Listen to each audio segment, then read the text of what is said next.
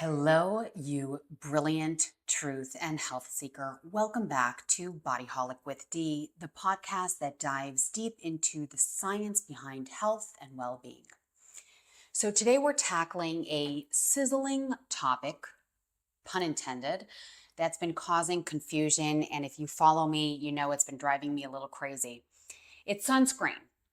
So, if you're one of those people who religiously slathers on sunscreen every time you step outside, you and I have that in common very much. I'm like, wake up, pee, brush teeth, and slather on the sunscreen.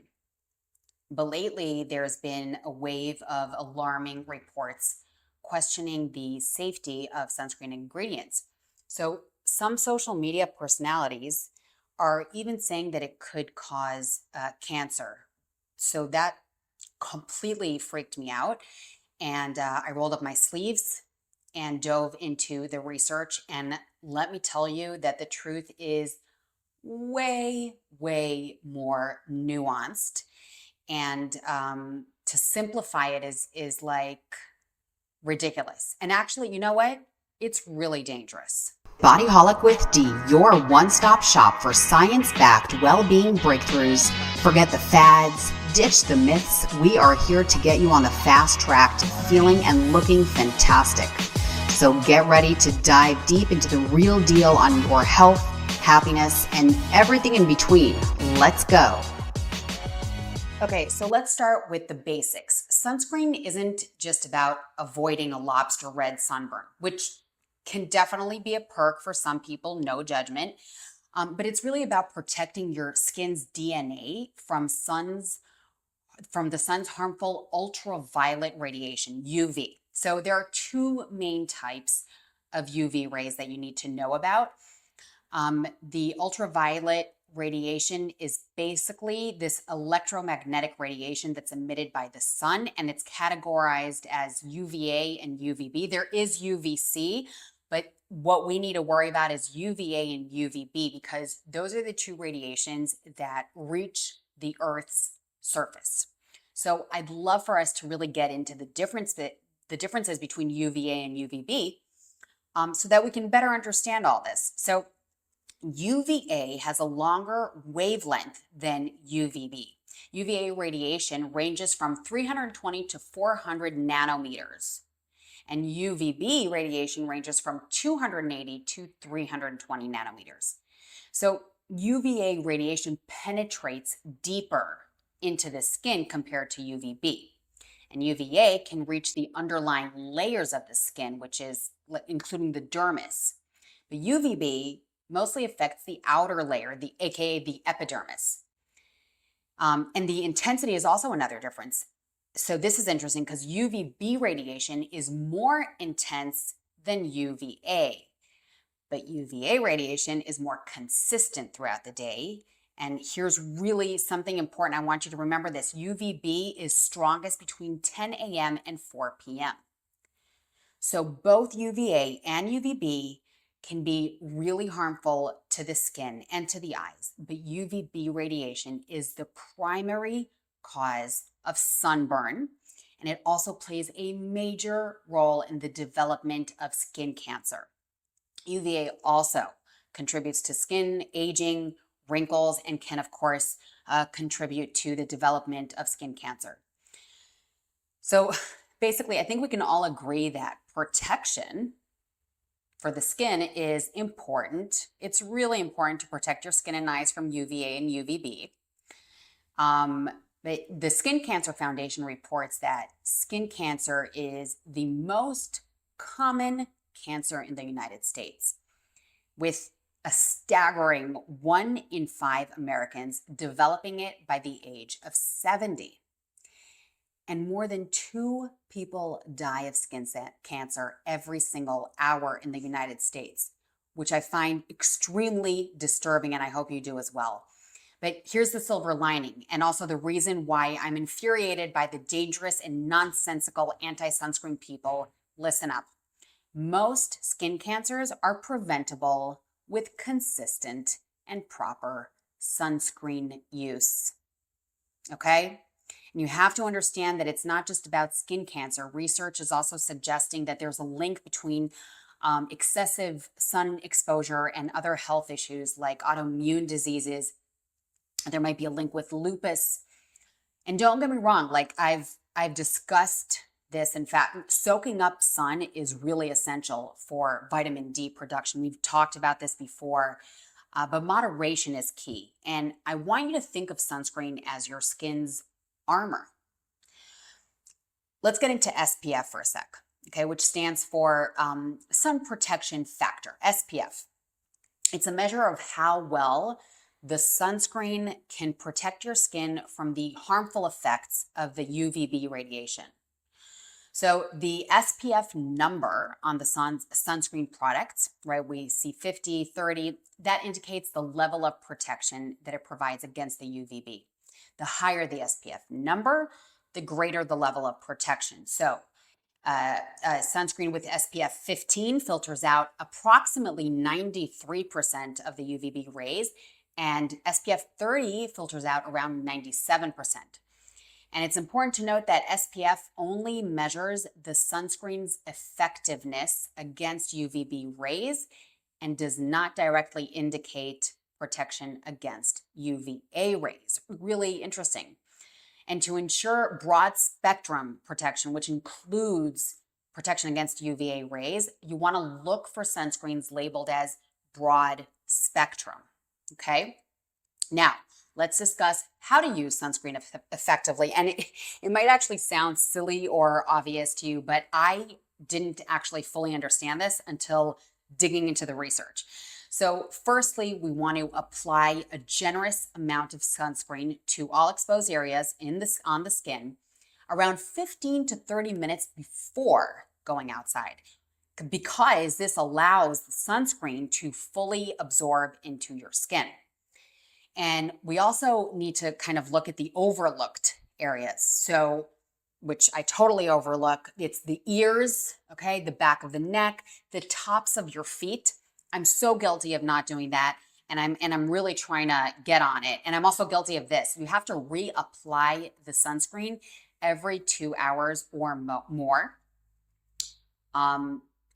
More frequently if you're sweating or swimming.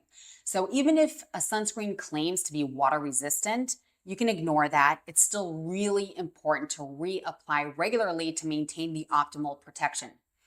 So I want to just dive in and tackle those very, very uncool and disturbing viral sunscreen myths head on. Myth: sunscreen chemicals are absorbed into your body and poison you. Fact: a landmark study published in JAMA in 2019 examined the absorption of various sunscreen ingredients, and researchers found that the levels absorbed are so minuscule, far below any safety thresholds set by regulatory agencies. And in other words, very little gets into the bloodstream, and it's very unlikely that it'll cause any harm. It doesn't mean that we don't need any more research, okay? But what is clear is that the ultraviolet is far, far more concerning than the sunscreen. Okay, myth: oxybenzone causes cancer. Fact: oxybenzone is a UV filter, not a carcinogen. It's basically designed to protect your skin from the DNA damage that can lead to cancer.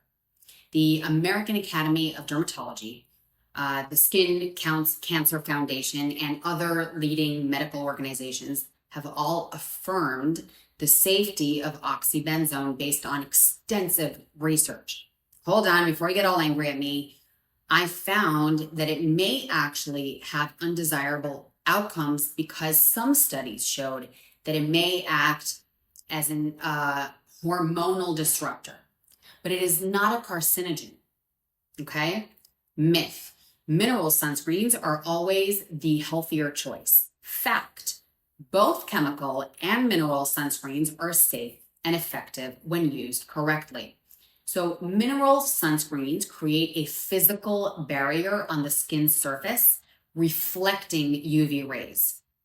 And chemical sunscreens absorb the UV rays, and then they convert them to heat, which is then released from the skin. And the best choice for you depends on your skin type, your sensitivity, and your personal preference. Myth: sunscreen harms coral reefs. Fact: this one is a bit trickier. Some studies actually have shown that certain sunscreen ingredients like oxybenzone and octinoxate can harm coral in lab settings. However, and I feel like this is kind of obvious, the concentrations in these studies are so much higher than what's found in the real world ocean environments.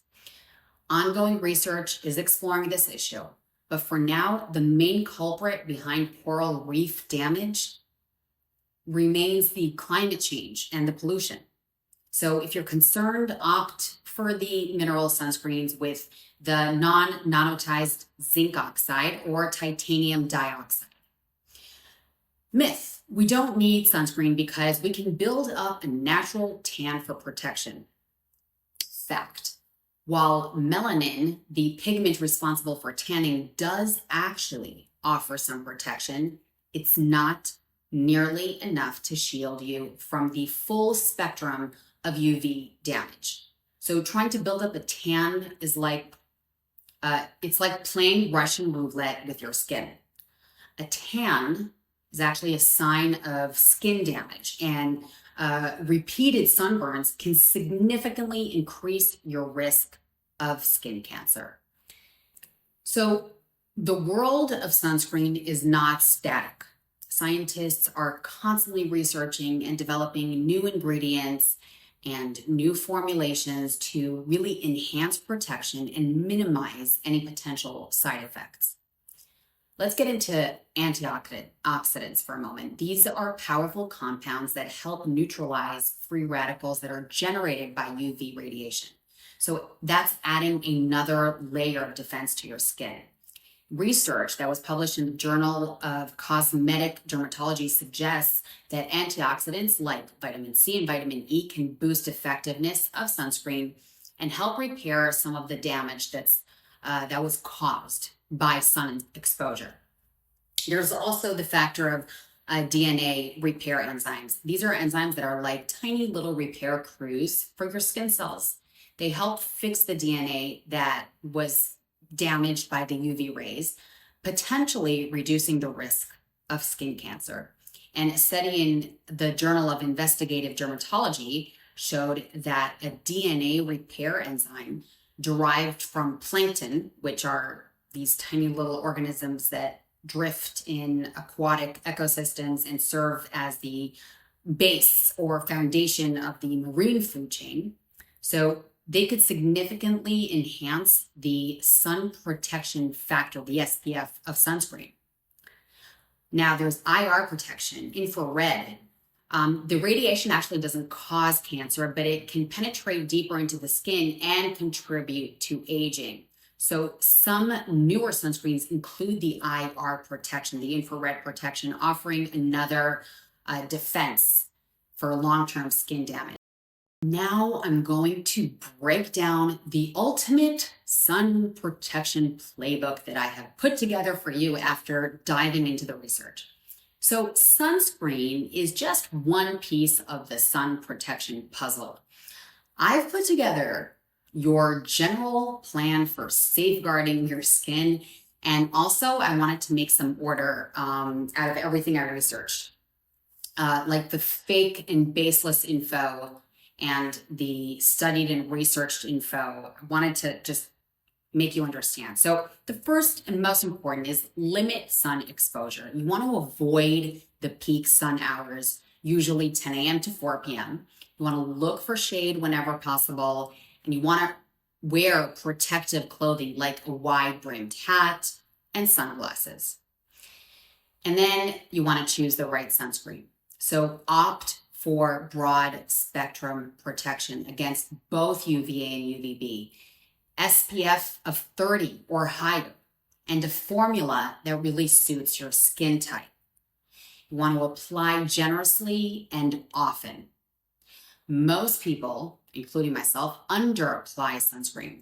So you want to use a shot of glass for your body and a nickel-sized a dollop for your face and reapply every 2 hours or more. We talked about this if you're swimming or you're sweating. And then I'm just reminding you here, don't neglect those tricky spots, your ears, your lips, the top of your feet. Those are the areas I personally miss, and maybe you do too. And you want to really cover those up. And here's the biggest one. Go for checkups. See a dermatologist for a full body skin exam annually or more often if you have a history of skin cancer or you are at risk like me. I've got to get to a dermatologist. The bottom line, sunscreen is an essential tool in your health arsenal. Don't let fear mongering on social media scare you away from protecting your skin. The benefits of using sunscreen far outweigh any potential risks. And if you're still unsure or you have specific concerns, please make an appointment and go talk to your dermatologist. They can help you choose the right sunscreen for your needs and address any questions you might have. That's a wrap for today's episode of Bodyholic with Dee. Remember that knowledge is power when it comes to your health. So let's stay informed and let's stay safe. And I want you to just keep doing what you're doing so you can stay fabulous.